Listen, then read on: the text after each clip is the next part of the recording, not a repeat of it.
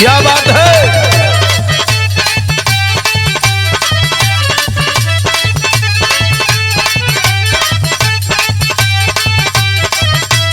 जियो लाल जियो।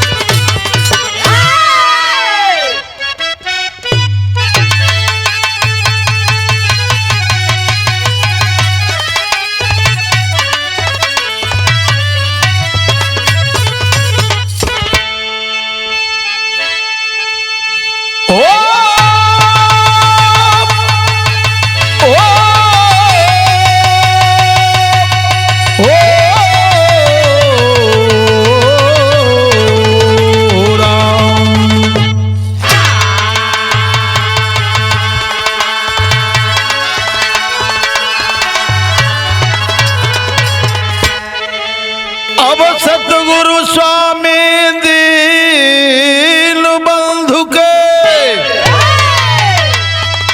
अरे सदा झुकई माथ, दुखियलौ पर दया कर, अरे जय जय दीनानाथ।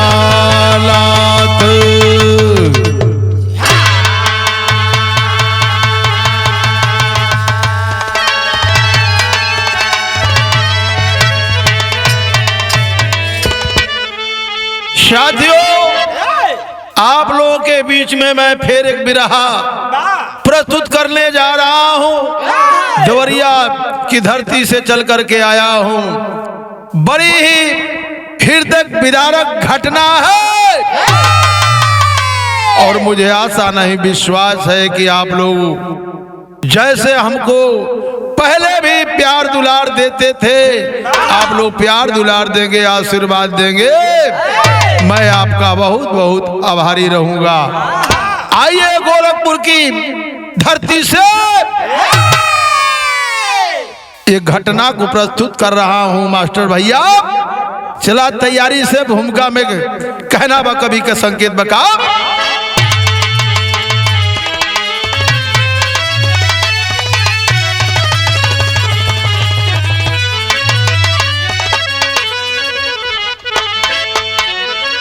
अरे भाई हो रहा आज शोषण यहाँ मजलूमों का, इस जमाने में उनका न सम्मान है। जख्म गहरा गरीबों को मिलता सदा, खुले आम जाने लगी जान है।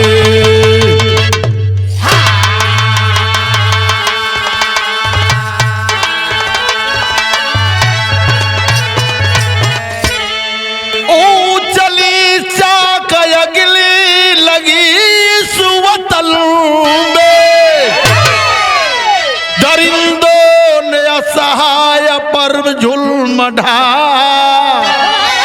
अरे राम निवास कभी तुम कहाँ तक लिखोगे। देखो अपमान नजरों में भरनी रया।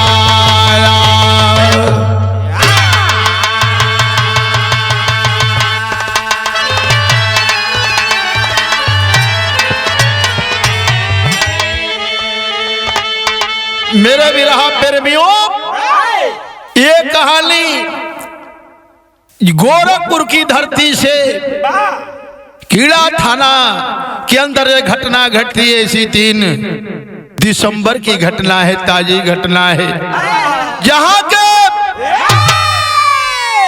इस प्रदेश के मुखिया माननीय जी योगी जी हैं। उन्हीं के जनपद, उन्हीं के घर में ये घटना घटती है दिन में। इस कहानी को, उस बर्दात को सुन कर करके कलेजा कांप जाता है। आइए, कवि जी ने एक बड़ा सुंदर गजल लिखा है। मास्टर भैया, गजल है।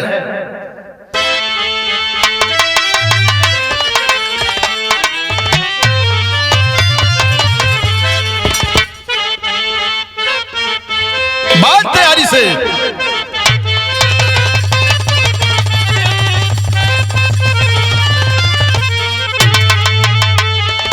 किसी प्रेमी ने प्रेमिका के प्रति जहर किया अपने दिल की बात। क्या कहा है? अरे अगर तेरी, अरे मुझे तेरी मोहब्बत का सहारा अरे मिल गया होता, अगर तेरी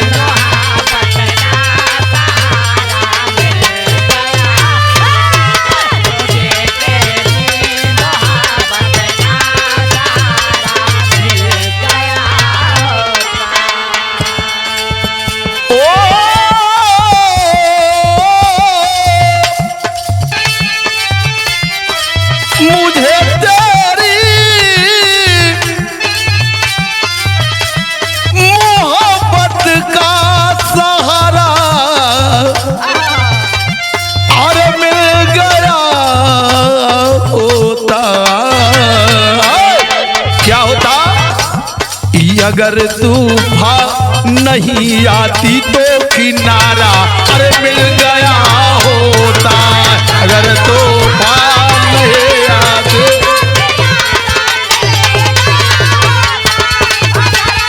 बहुत अच्छा दिया लाल।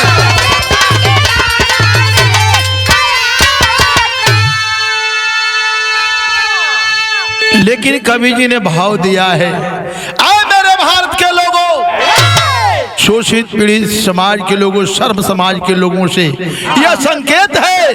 कवि की कलम संकेत करती है, कहती है क्या? गगन रोता। मेरे साथियों, आज इस घटना को देख करके ये गगन धरती आसमान रो रहा है। तो कहना है क्या? कितना सुंदर भाव कवि ने संकेत दिया है। गगन रोता,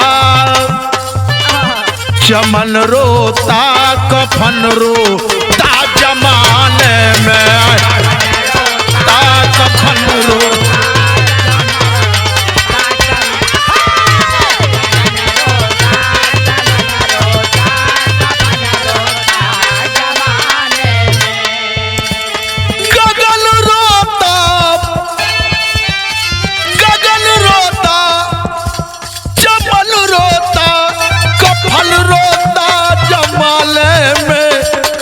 रोता जमाने में सितम वो जुर्म होता है, सितम वो जुर्म होता है कि मानो है निशाने में।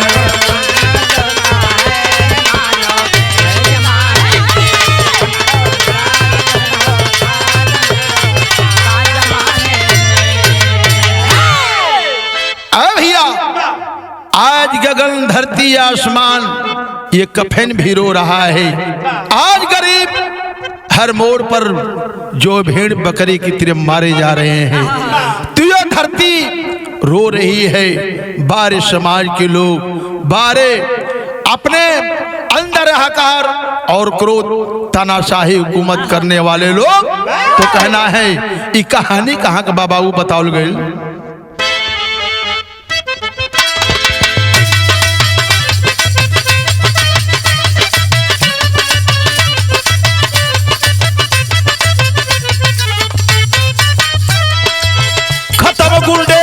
बीजेपी का ये कहना है, अमन चयन से इस यूपी के अंदर रहना है।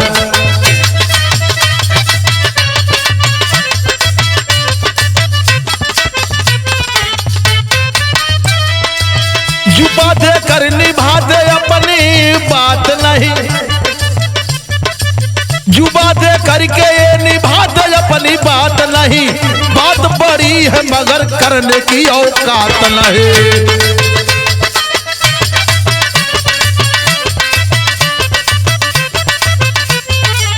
ए बाबू, बीजेपी के बार बार कहना बा कि इस उत्तर प्रदेश से सारे गुंडे अपराधी खत्म हो गए। अब जो है अमन चैन से यूपी के लोग रहे, कहने के लिए तो आप कहते हैं, लेकिन ये गुंडे कहां से आते हैं? कहना कुछ और है, करना कुछ और है। तो कहना बा का कहना बा, उत्तर प्रदेश में गोरखपुर पावन नगरी है, उत्तर प्रदेश में गोरखपुर पावन नगरी है, गीड़ा थाना अंदर ही घेरी गम की बदरी है।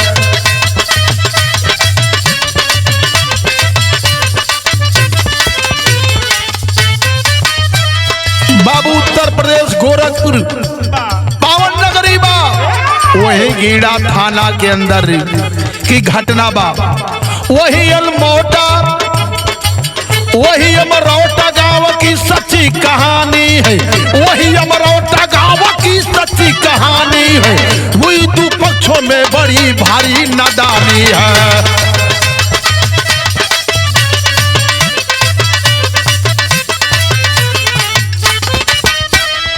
ए बाबू बात के समझला, जिला गोरखपुर के अंदर गीड़ा थाना के अंदर अमरौटा गांव की कहानी बा। वही दो पक्ष में कुछ बात के लेकर वाद विवाद भइल बा। वाद विवाद भइल, शिव धनी निषाद जौन बा वही गांव का रहे वाला, अमरौटा गांव के बाबू साहब से कुछ बात के लेके विवाद बढ़ल, कुछ कर्मकांड होत रहल, बीच में साइकिल खड़ा रहल, मोटरसाइकिल से आवत रहल, कला साइकिलिया हटा दो, कला हमार साइकिलिया ना हो, लेकिन तब भी हटा दिलन। आखिर मोटरसाइकिल से उतर के हेलमेट मारे लगलन। वो जब बात विवाद भइल, बात विवाद भइल, वही बात विवाद के लेखा आगे बात बढ़ गई। यहाँ ठे गीत लगल मास्टर,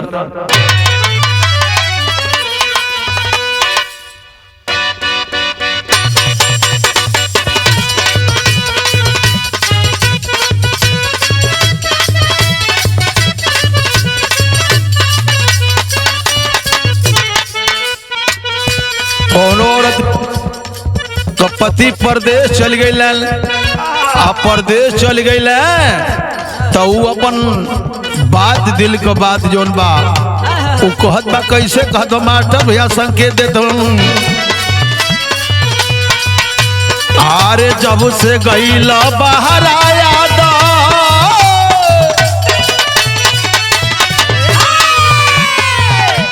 अरे जब से गईला बाहर आया दा, अब बार हो चिड़ैया बन के उड़ गईले।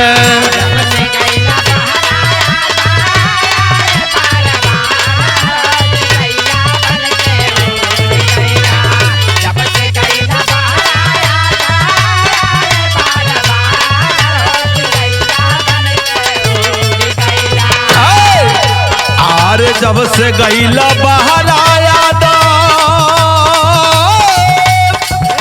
अरे बार हो चिड़ैया बन के उड़ गईले। राजा जी हमार हो चिड़ैया बन के उड़ गईले, राजा जी हमार हो।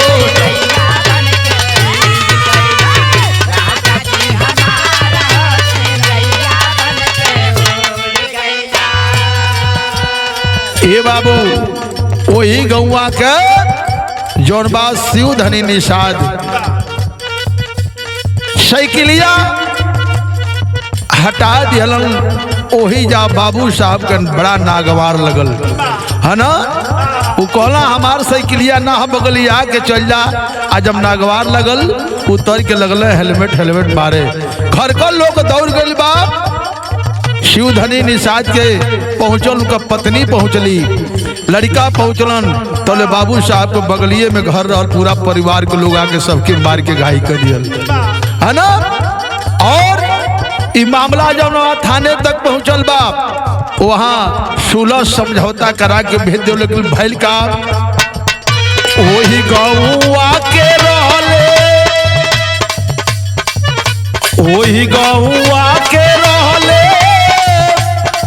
शिवधनी निषाद हो जिंदगिया पाले बचवन के।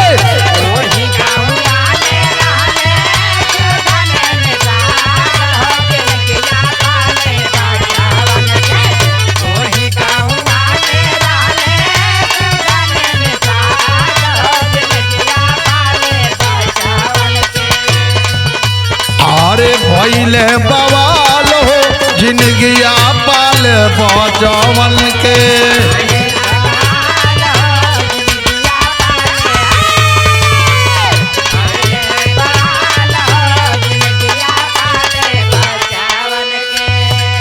ए बाबू और छठिहार मनावल जात रहल, कुछ लोग बिटुराई रहल और वही जा शिवधनी निषाद साइकिल से गईलन खड़ा कैलन भइल का घरवा के लोग सब मनावे छठिहार रामा। घरवा के लोग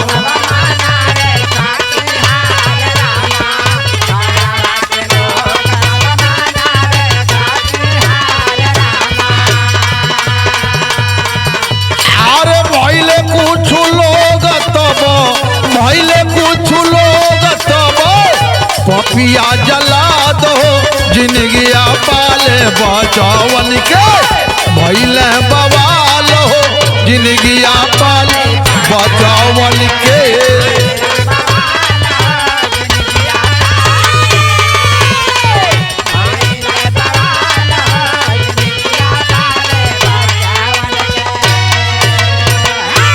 उहे बतिया बतौलिल कि विपुल सिंह जौन बात जात रहलन टिकुली सिंह और कहला साइकिलिया हटा दो, कहला कि हमार साइकिलिया ना हमार किनारे बा।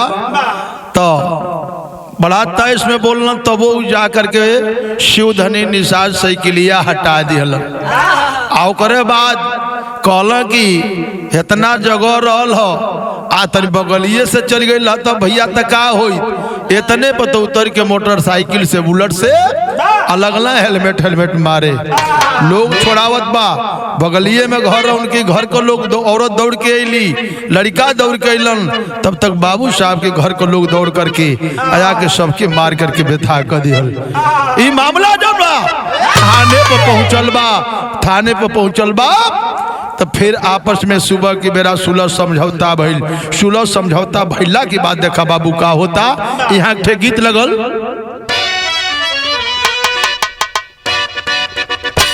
बाबा दबा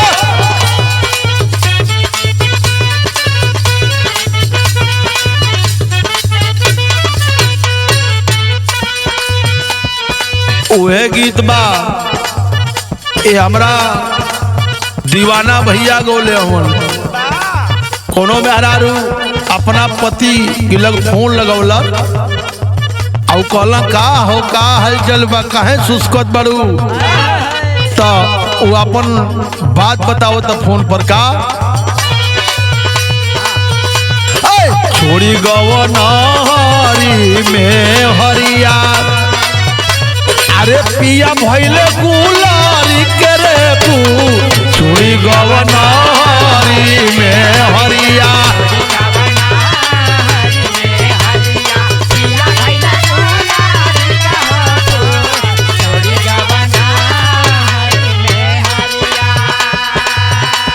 अरे कौन सवतिया मरले बपतिया अपनी गुजरिया के गइल तू भूल सुनी सुनी लागेला से जरिया पिया भइले सुनी सुनी लागेला से जरिया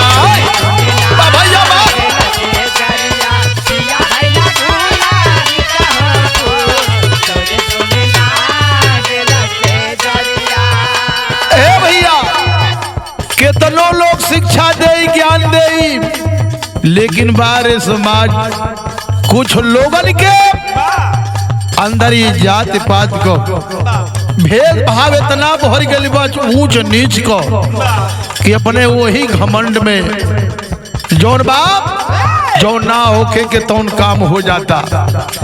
लेकिन आज कवि जी संकेत कलम के माध्यम से, लेखनी के माध्यम से देता।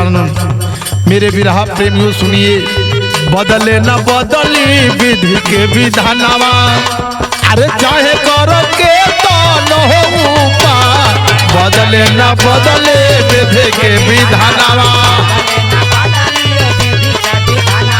चाहे करो के तो न हो पार।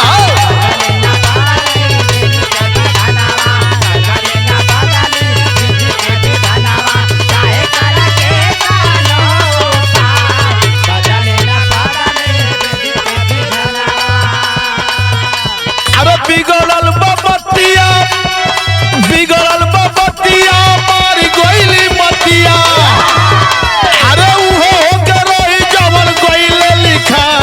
बदले न बदले विधि के विधानवा, चाहे कर के तो न हो पार, बदले न बदले विधि के विधानवा।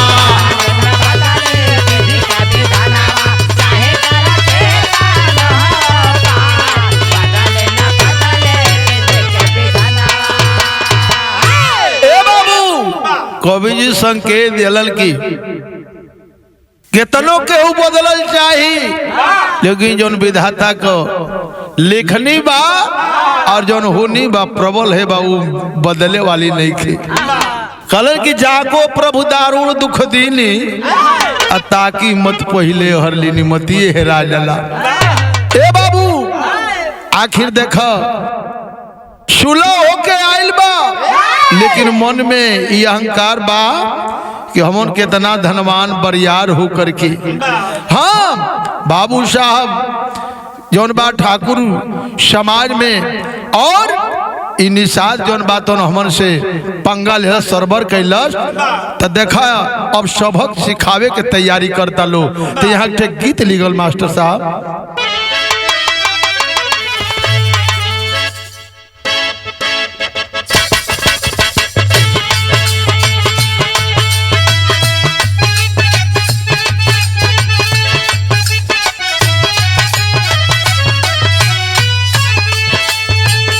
कौन औरत कलश का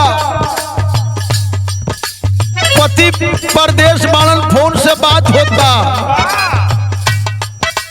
पूछलन की का हो का हाल चल बा, ठंडा उंडा पड़ता, कौन परेशानी तो नहीं बा। कलश की का अपन परेशानी बताई, वो कलश बा का कह दिलो मास्टर भैया,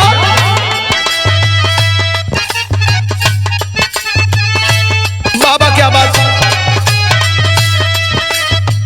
सजिया पर रोजा रोजा टोके जवानी,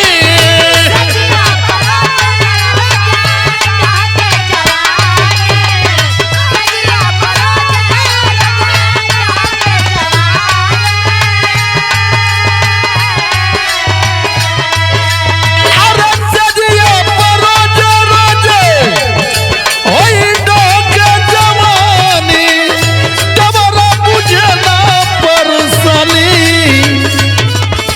राजा जे रौरा लोधी या ना रहतानी, हो राजा जे बहुत अच्छा दिया लाइया, राजा जे रौरा लोधी या ना रहतानी। ए बाबू पुलिस प्रशासन देखा करत बा का, कहले कि बड़का के बात सभे लोग सुनेला, छोटका के सुने वाला बा।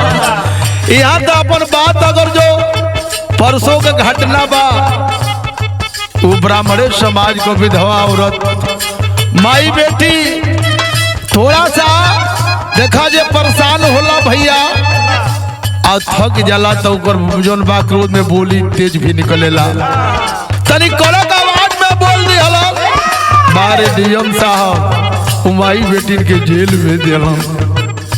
आपको ये नहीं पता कि आप किसके लिए नौकरी कर रहे हैं। जो बंगला आप रहते हैं वो भी आम गरीब किसान के एक एक कर से जो है आपका बंगला बना है। ये किसानों के और आम गरीब के के लोगों से ही आपको तनख्वाह मिलता है, आप जो है उसी को जेल में बंद करते हैं। उसकी बात, उसकी जमीन जो हड़प लिया गया, फरियाद न कर गई थी, लेकिन कहना बाबू मेन बात पर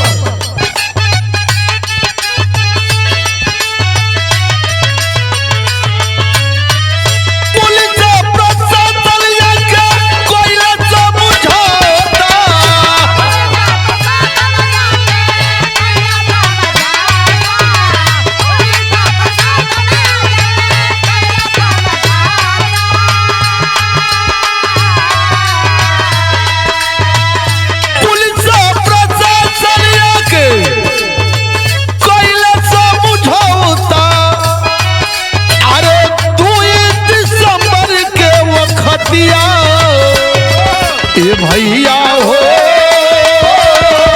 बनल कसाई उत्पतिया, ये भैया हो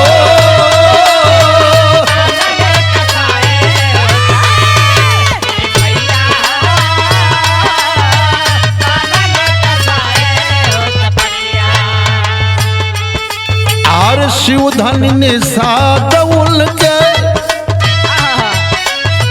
काहे गइलन, उनके घरवा का लड़का एगो जौन बा अलिका की बात चारों तरफ मिल रहा था। हाँ, और जौन बा शिव धनी के लड़का जौन बा रास्ता में जाता स्कूले, तो ठाकुर साहब के परिवार का लड़का जौन रास्ता में खो जाता, मारे खातिर रास्ता बदल गए, शिकायतिया ले गई कि अरे भैया जौन हो गल तो हो गई। का होता है ना, थोड़े ही दूर पर दोनों आदमी का घर बा, तौले भैलन का आरे शिव धनी निषाद उनका दुआरा पर गईले,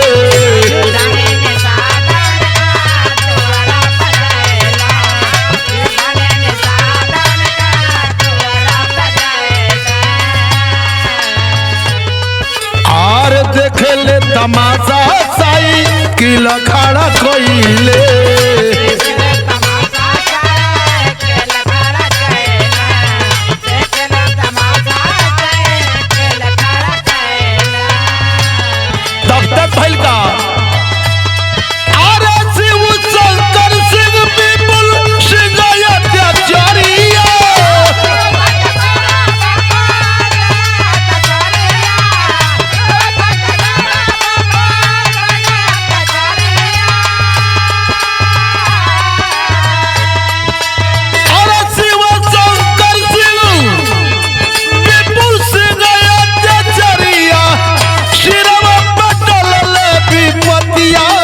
भैया हो बनल कसाई उत्पतिया, ये भैया हो बनल कसाई उत्पतिया।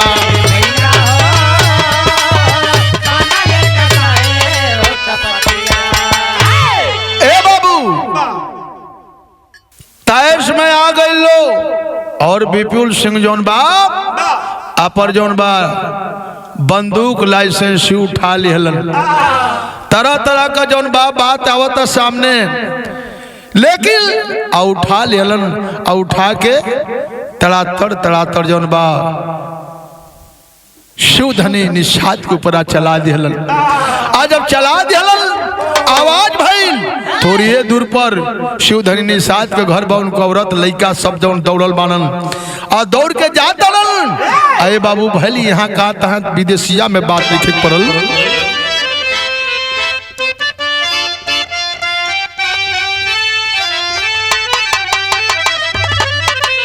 ये बाबू भैल का विदेशिया में भाव देवे पड़ल। अरे गोलिया चालवले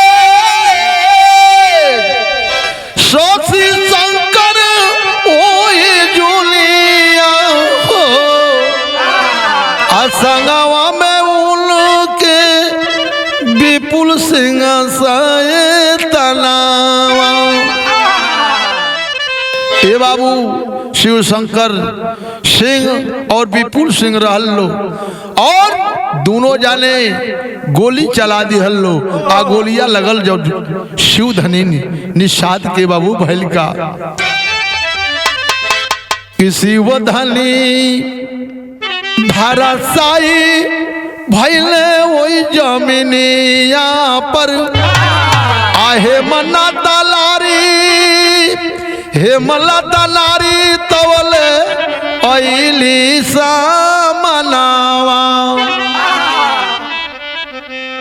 अरे उनहु के हाथावा में बाबू तवले बाछारा लागल नरियन के पीटे लगले पापी दुश्मनावा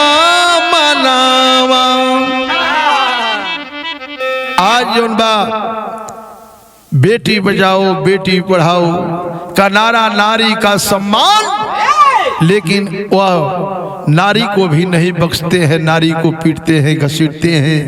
ए बाबू ओ शिवधनी की औरत जोन बा हेमलता के भी हाथ में छर्रा लगल और बेटवा दौड़ के गइल बा कि हमर माई के घाई कह दिल बाबूजी के गोली लागल बा।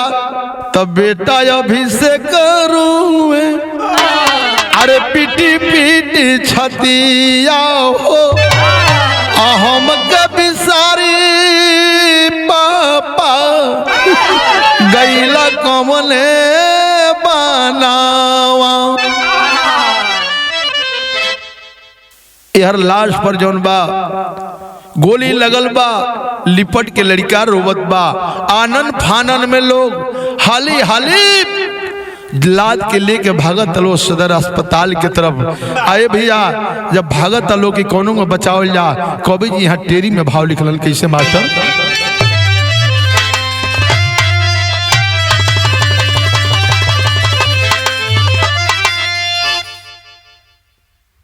अरे राम शहनाई गम में बज के रह गई अरे शहनाई गम में बजती रह गई छीना अमन शांति हुआ बनकर कुर कसाई अरे कसाई अरे कसाई ए भैया छीना अमन शांति हुआ बनकर कुर कसाई शहनाई गम में बजती रह गई। ए बाबू आखिर लेकर के गई लो और सदर अस्पताल डॉक्टर इलाज करता है मृत घोषित कर देता है। ए बाबू ओकरा बाद देखा सब लोग हर छोड़ के लेके भागल बा। इतना भी क्रूरता ना करे के चाहिए। आकर के सुनने में मिला है जहां तक जो है जानकारी कि आकर के शिवधनी निषाद के बाबू घर फूंक दिहल गई जला दिहल गई। शिवधनी निषाद अपने बिटिया के शादी के सामान जो बा धीरे धीरे इकट्ठा करते रहलन और सारा सामान भी जल के खाक हो गई। आज वो गरीब असहाय का दुनिया उजड़ गई। तो कहना बा का यहाँ गीत लगल मास्टर है बाबू दरोगा जी वाला।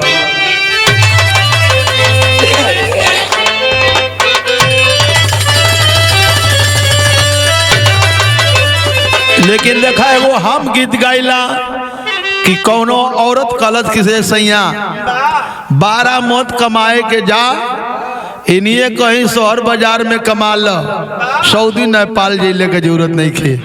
कलश का कलर की अरे हमारे राजा जी अरे हमारे राजा जी अरे ना सऊदी ना जाया ना पाल हमारे राजा जी बहुत अच्छा दिया।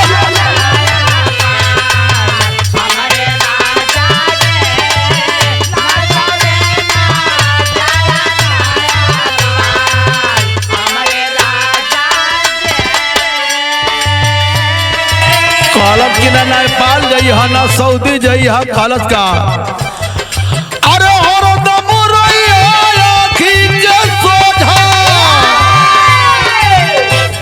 और करत रही हो ख्याल मरे अरे राजा जी ना सऊदी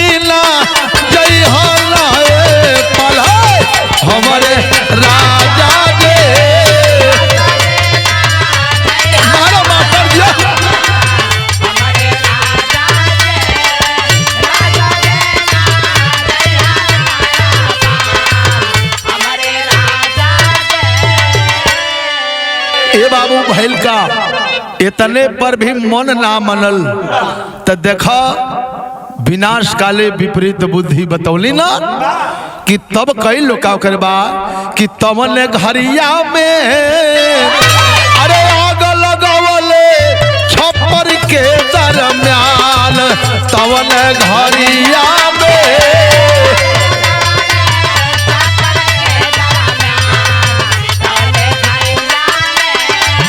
आग लगावले छप्पर के दरम्यान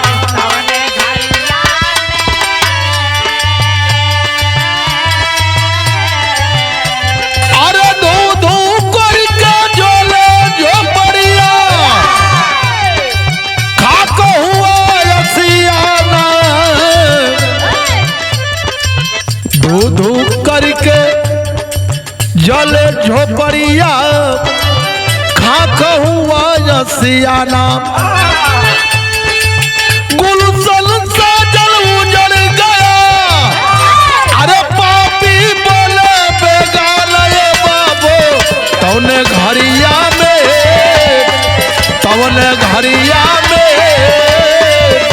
अरे क्षेत्र बीच में भारी भइल तूफान तवने घरिया में क्षेत्र बीच में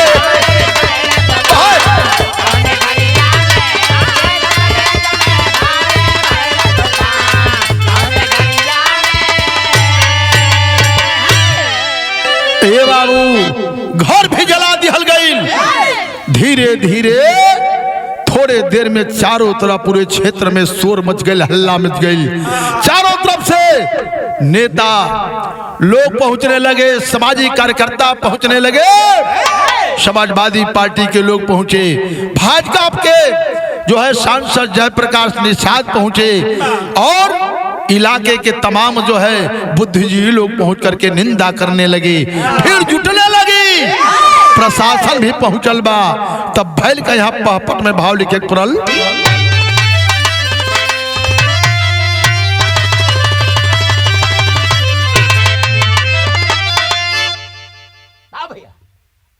आए आरे हत्या का चौमुख हो गई सोर घोर लिंदा भैले अरे हत्या का चौमुख हो गई सोर घोर लिंदा भैले आ समय के आगे चले न कवनो जोर घोर लिंदा भैले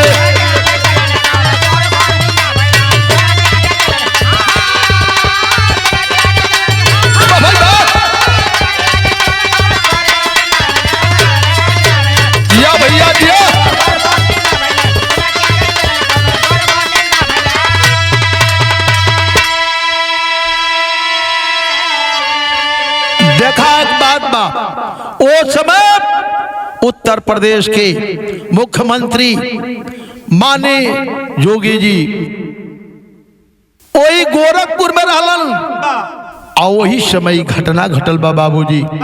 तो कहना है क्या कहना है, अरे सीएम के रहते गोरखपुर में हो गया बवाल हो, असी उधने उस गरीब को हत्यारा किए हलाल हो, अरे दिया हादसा सबका दिल झकझोर घोर लिंदा भैले अब लिखे पर चल जाई कवना और घोर लिंदा भैले।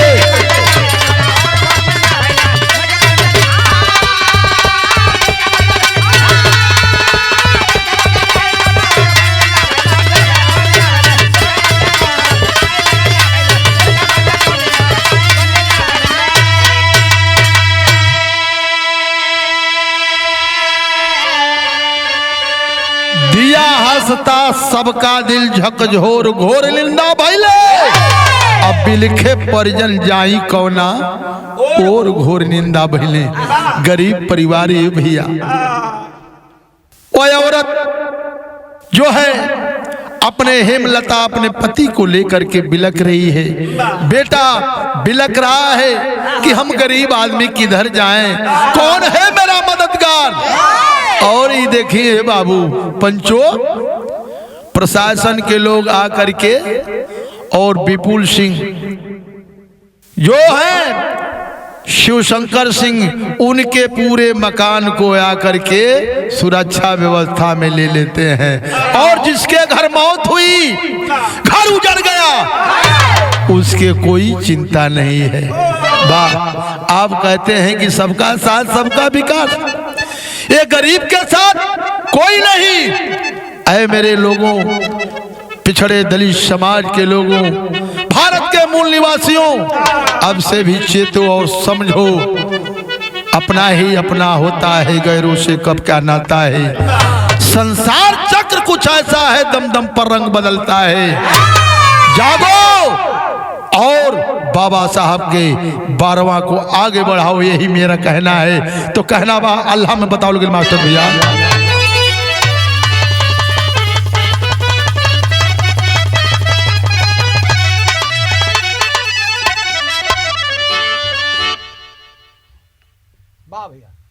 ए भैया, अरे मौके पर अइले डीएम साहब, वही समय आए बाबू।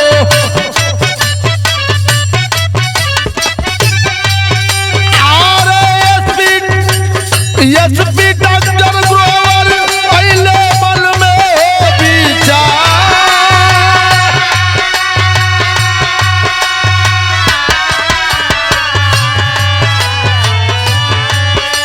ए बाबू, मौके पर तत्काल डीएम साहब आ गए और वहां के एसपी जोन बा डॉक्टर ग्रोवर साहब पहुंचे, पूरी जायजा लिए, मन में विचार किए कि आखिर घटना हुआ कैसे।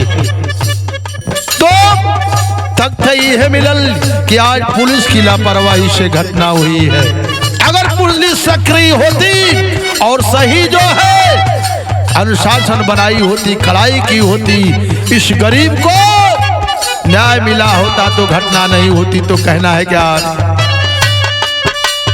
अरे लापरवाही पुलिस के दे खाई लो ही जुलियाए बाबू।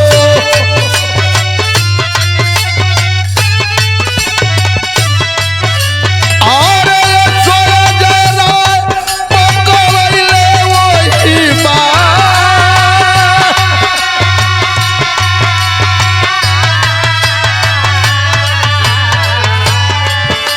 गीड़ा थाना के यशो अजय राय के पूरा कमी जोनबा मिलल और साथ में 2 पुलिस आशीष और आशीष वर्मा, दोनों जानी के भैल का। अरे पुलिस आशीष साथ, अरे पुलिस आशीष वर्मा रामा,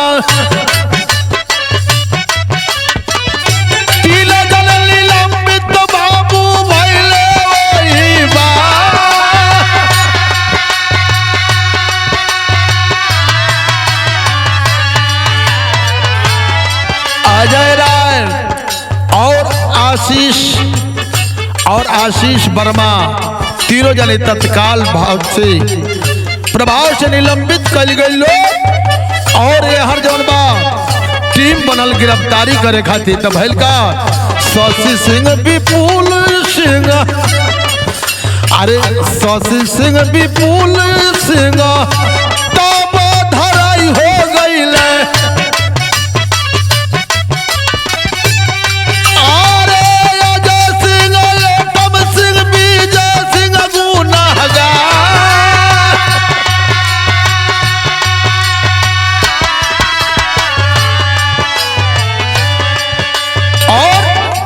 सब जाने गुनाहगार वालो, सचिन सिंह, दिवंगत सिंह, अरे पकड़ाई हो गई। अरे विद्या भुवनेश्वर गई कोर्ट के माझा।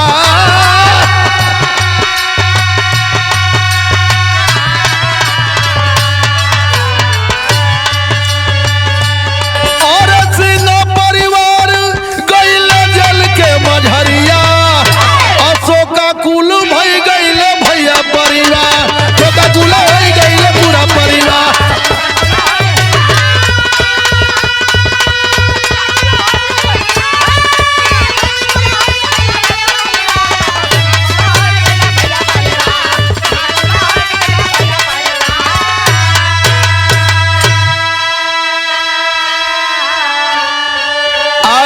भैया थोड़ी थी शान में आकर के एक गरीब परिवार का सब कुछ उजाड़ दिया गया।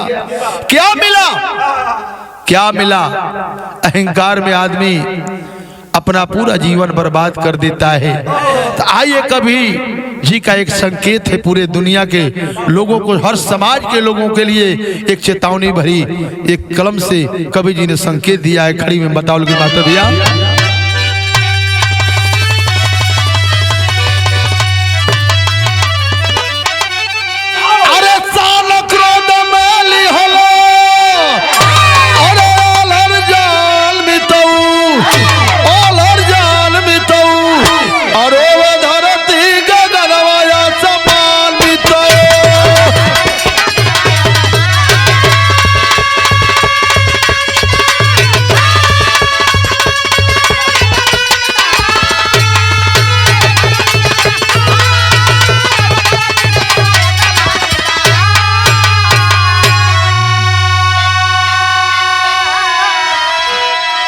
शान क्रोध में लिहलाया हर जान में तऊ और वे धरती गगनवा आसमान में तऊ। आप कितना बढ़िया कर्म कर रहे हो कि धरती आसमान भी रो रहा है। ऐसा क्यों करते हो मेरे भाइयों? तो कहना बगा अरे पिछड़ा दलित के नाही कवनो कदरिया और कैसल सरकार कैसल हिंद कई नगरिया प्रतिदिन होला अपमान बितऊ और धरती गगनवाया समान बितऊ।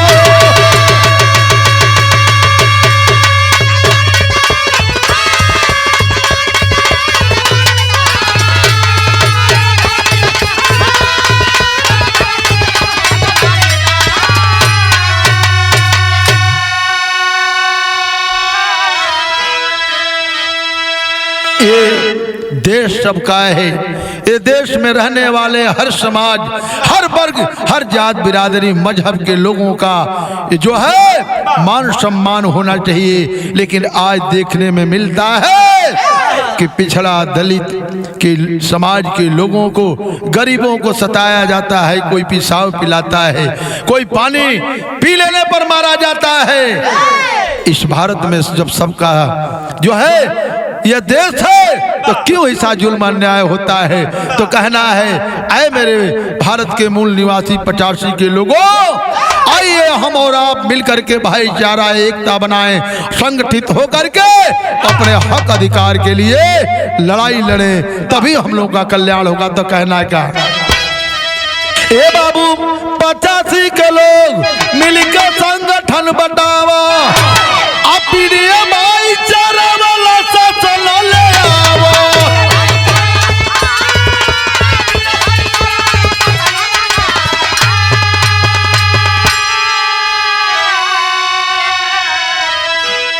अरे कहोगे बतिया बाबा भीम जी महान मितऊ अरे वे धरती गगनवाया समान मितऊ।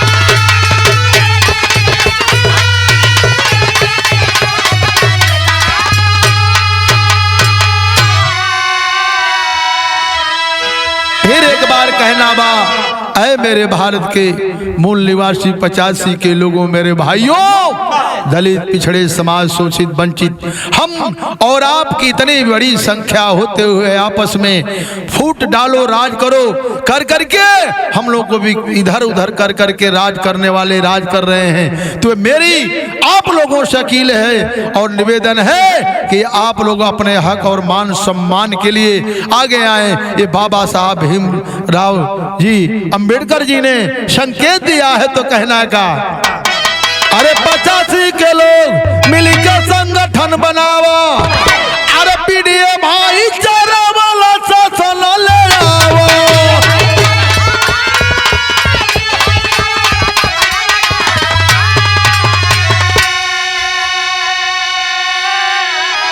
कहोगे बतिया बाबा भीम जी महान मितऊ और वो धरती गगनवाया समान मितऊ। आज यही संकेत है, बिरहा यही समाप्त होती है। आखिरी लाइन में कहना है, क्या कहना है? एको सोम पराग देवू जद्दू जी या बगिया हुई वीरान, कविता लिखता राम निवास तू खोना ना सम्मान। अरे बाबू सहनाई गम में बज के रह गई, यादों राम दुलारे गाते सी झुकाई, सहनाई बन के बज के रह गए।